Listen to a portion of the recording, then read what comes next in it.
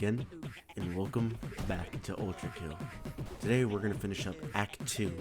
This second act brings a lot of new weapons, enemies, and new designs to the game, which I honestly think are really cool. So without further ado, let us begin.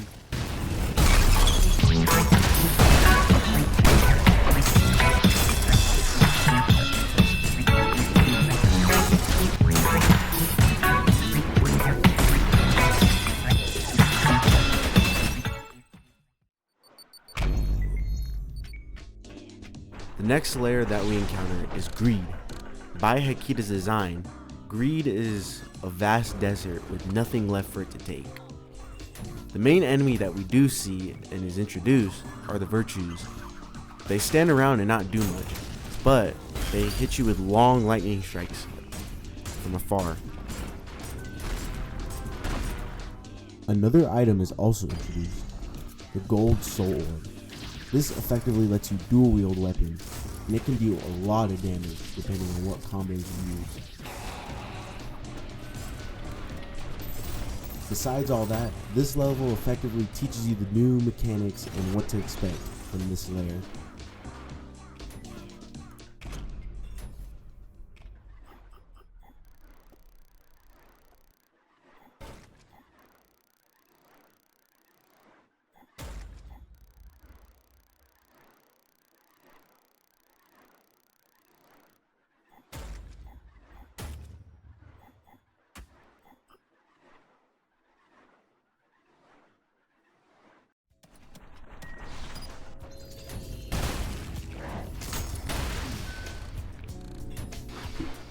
This level plays as a normal Ultrakill level, but with a new addition. There are these enemies that carry what I assume is sand, and if other enemies get covered in this sand, they cannot bleed. With enemies unable to bleed, V1 isn't able to heal properly, so you have to play these characters a little more smart than you would with a normal enemy.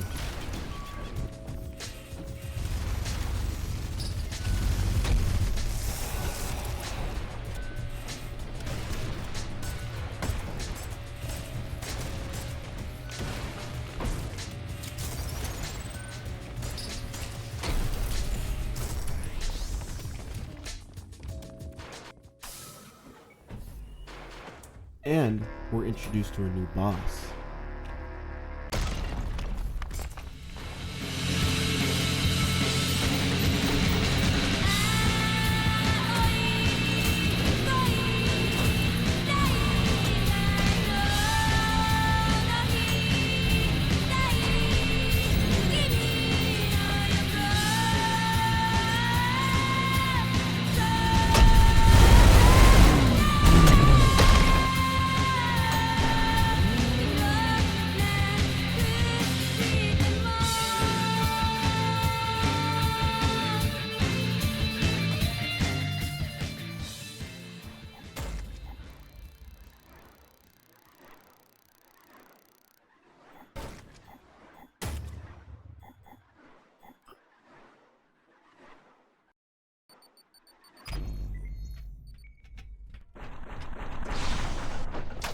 Floor 3 takes place in probably the deepest part of the Greed layer.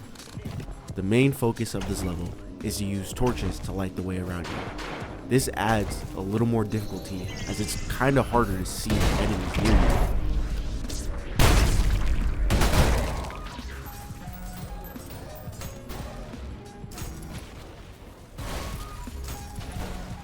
This level is going to really test you on everything they've thrown at you so far.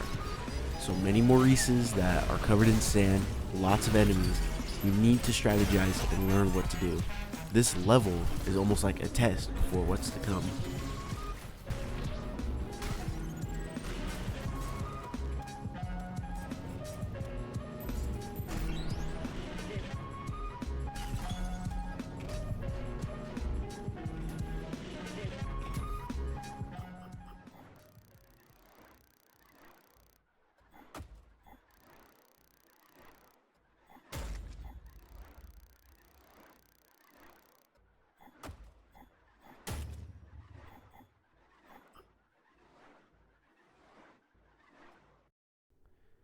For the climax of Layer 4, we're greeted with an old friend.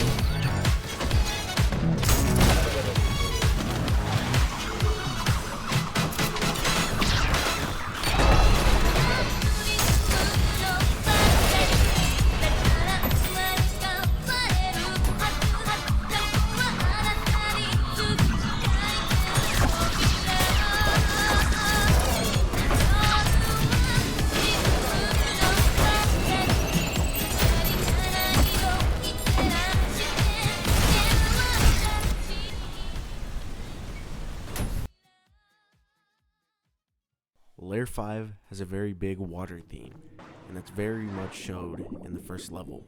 90% of the level, you are underwater the whole time, dealing with the weird movement constraints. But besides that, all you have to do to progress is collect 3 skulls to complete the level.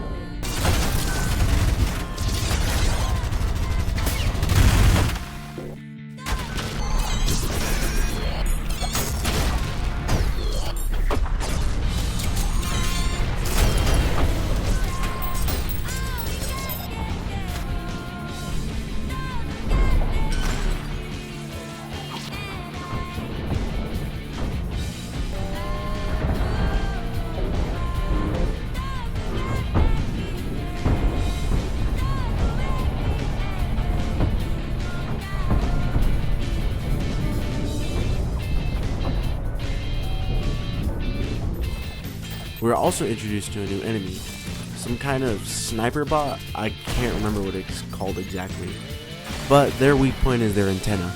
If you can shoot them in their antenna or punch them with the knuckle blaster, then you'll be able to cancel out their attacks.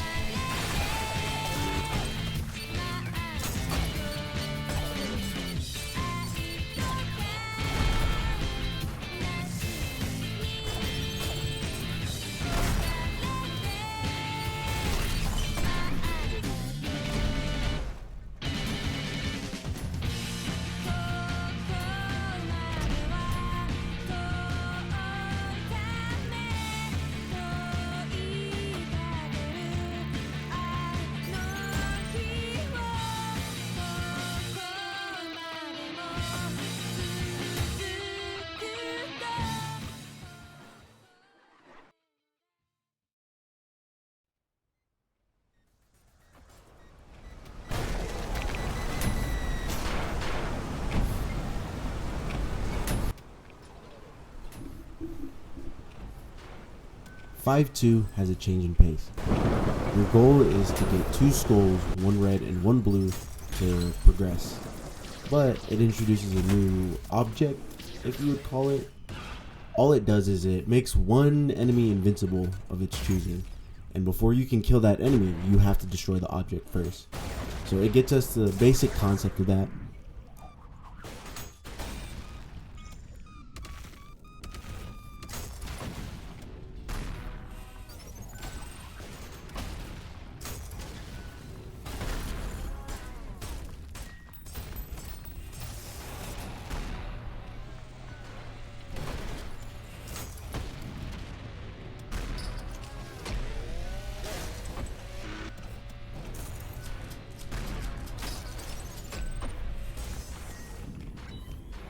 And then after that, we meet another boss.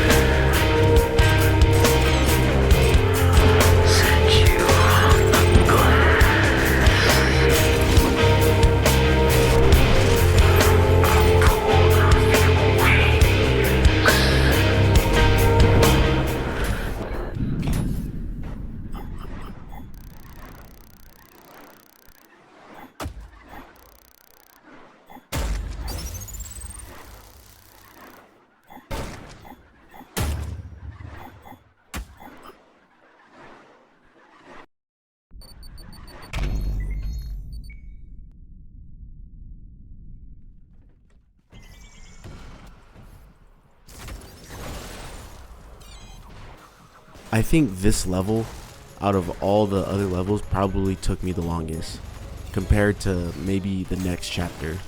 But this level is insane. You're boarding a ship and the ship changes the more you progress through it, so it goes twists and turns. And the main climax of this ship, well, level, not really ship, is that the whole map flips upside down and you have to traverse your way out again. And I think that's a really clever design that they did.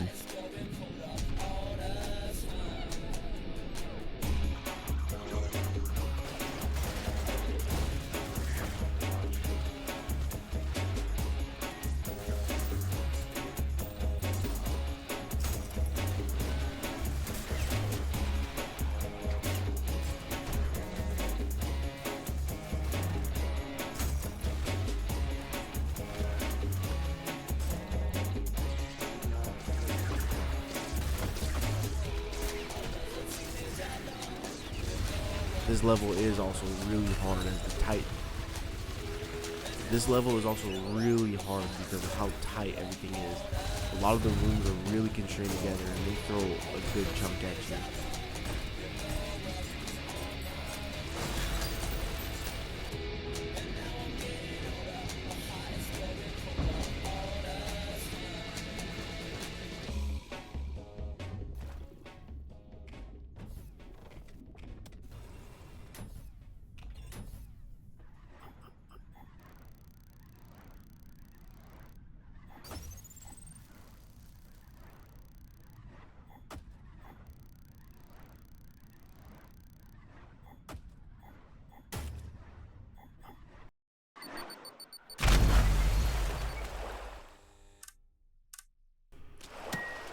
I think after spending so much time murdering, killing, and all this violence, I think between you and me, we earned ourselves a break.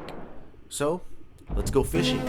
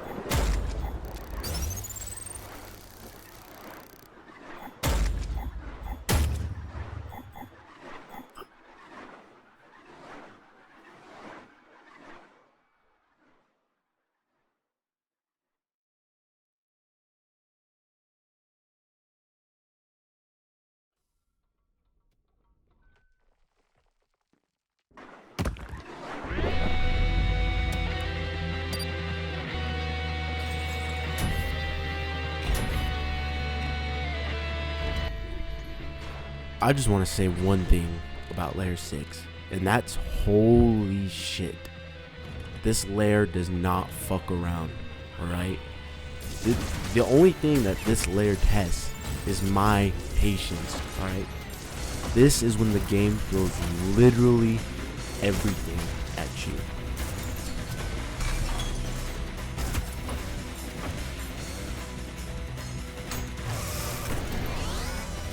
Let's just begin. The spaces is very close at the beginning of 5-1. There's small rooms that you have to get by. And then it opens up into a giant room where they throw everything at you. But that's not it yet.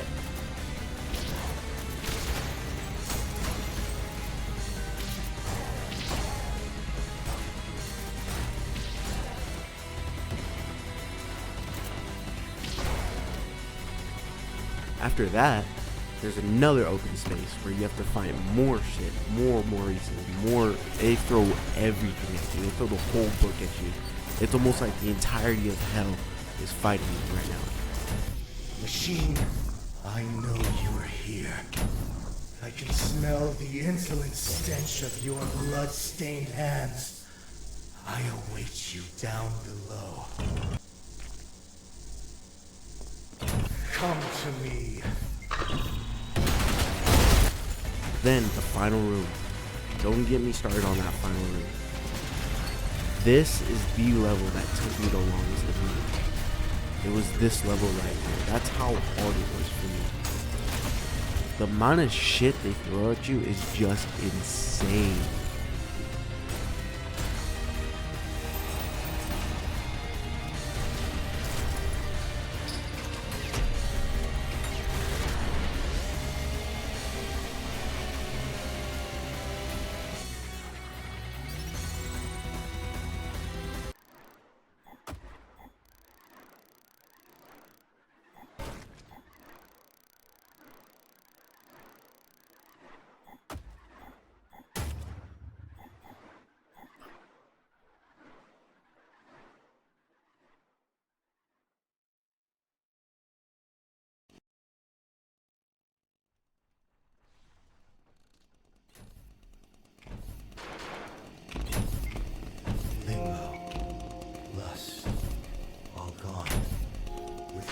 Soon to follow.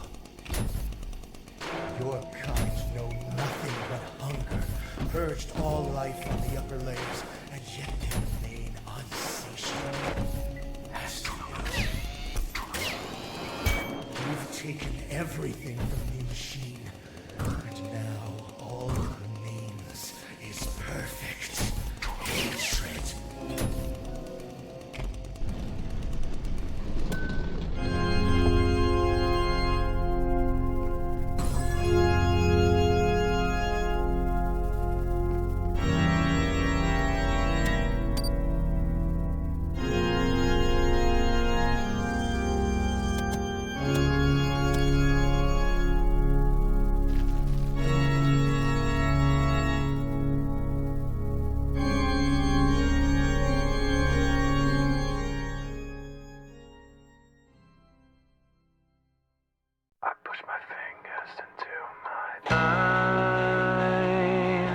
It's the only thing that slowly stops the ache.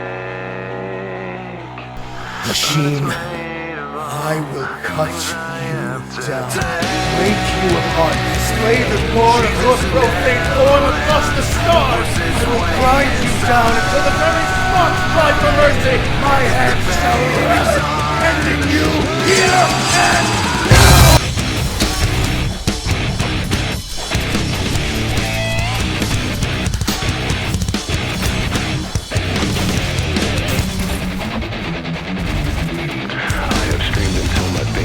I've waited as my time's elapsed. Now all I do is live with so much fate.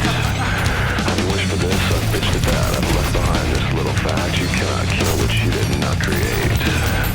I've gotta say what I've gotta say, and then I swear I'll go away. But I can't promise you'll enjoy the noise. I guess I'll save the best for last. My future seems like one big pasture left for me, cause you left me no choice. I push my fingers into my eyes. It's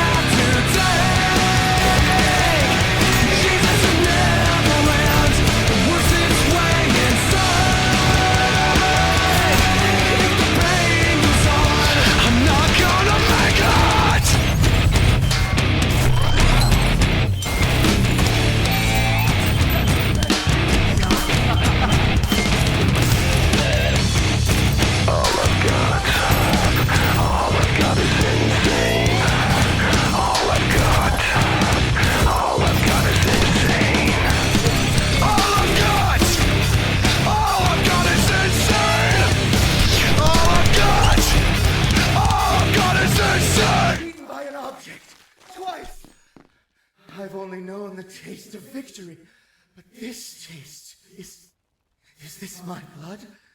I've never known such relief.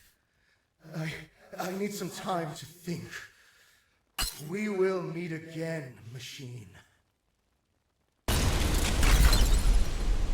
May your woes be many, and your days few.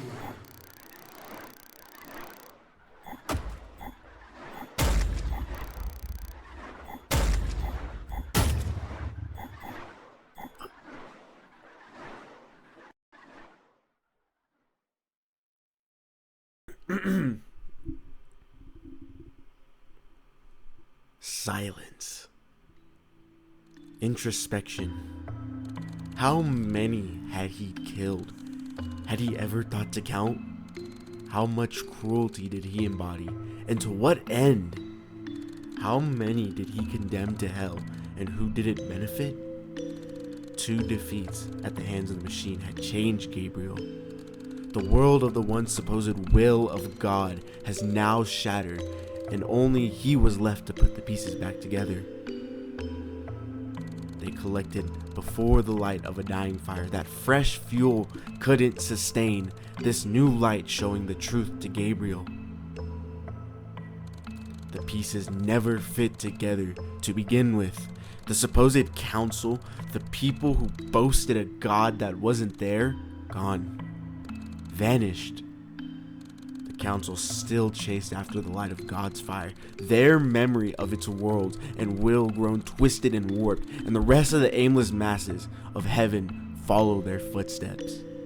The angels still act in the Father's name, but his kingdom had changed. Now the fire was dying, sputtering out as the heat failed to gain purchase. Gabriel looked upon the embers with a perfect clarity. He drew his blade and held it in contrast to the dying light. In its reflection, he saw a weapon reborn, no longer wielded by the will of another, but his own. He knew words alone would never sway the masses. He chose to do something drastic. Death stained the auditorium. The littered corpses of the once mighty council now strewn against its surface, their last gasps of life dripping down the descendant blade of Gabriel's sword. The last counselor, now backed up to a wall, scrambles for words between a panicked breath as death approaches with measured steps. Wait! You can't do this. Our status forbids it. This is treason, heresy, murder. We are the supreme authority. Our law commands you. You command nothing. Your words hold no power over me or anyone else. Lest you truly believe you can talk to my blade back into its sheath.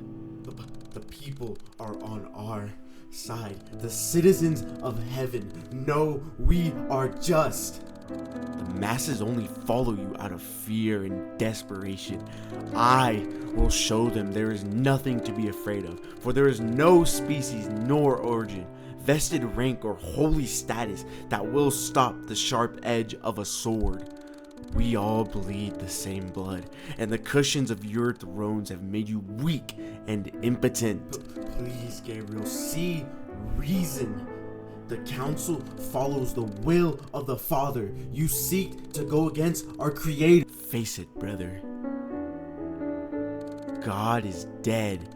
The fire is gone. You're chasing phantoms. Gabriel's silhouette now towers over the counselor, his shadow cast upon a soon lifeless corpse. He raises his sword for the final cut as the crying mess on the floor stammers out of its final feeble argument. But the Father's light. Without me, you cannot hope to reconnect with it. If you kill me, you'll be dead in a matter of hours. I know. A clean, silent cut guides through the counselor's neck, severing his spine with an elegance and ease. His head falls onto the marble floor. The rest of his body followed soon after. Bereft of status but brimming with purpose, Gabriel gave a final message to the angels amassed at the gates of the auditorium before leaving heaven for the very last time. His arms outstretched, without a word, the people saw. In the silence, the message rang out to the far ends of the cosmos.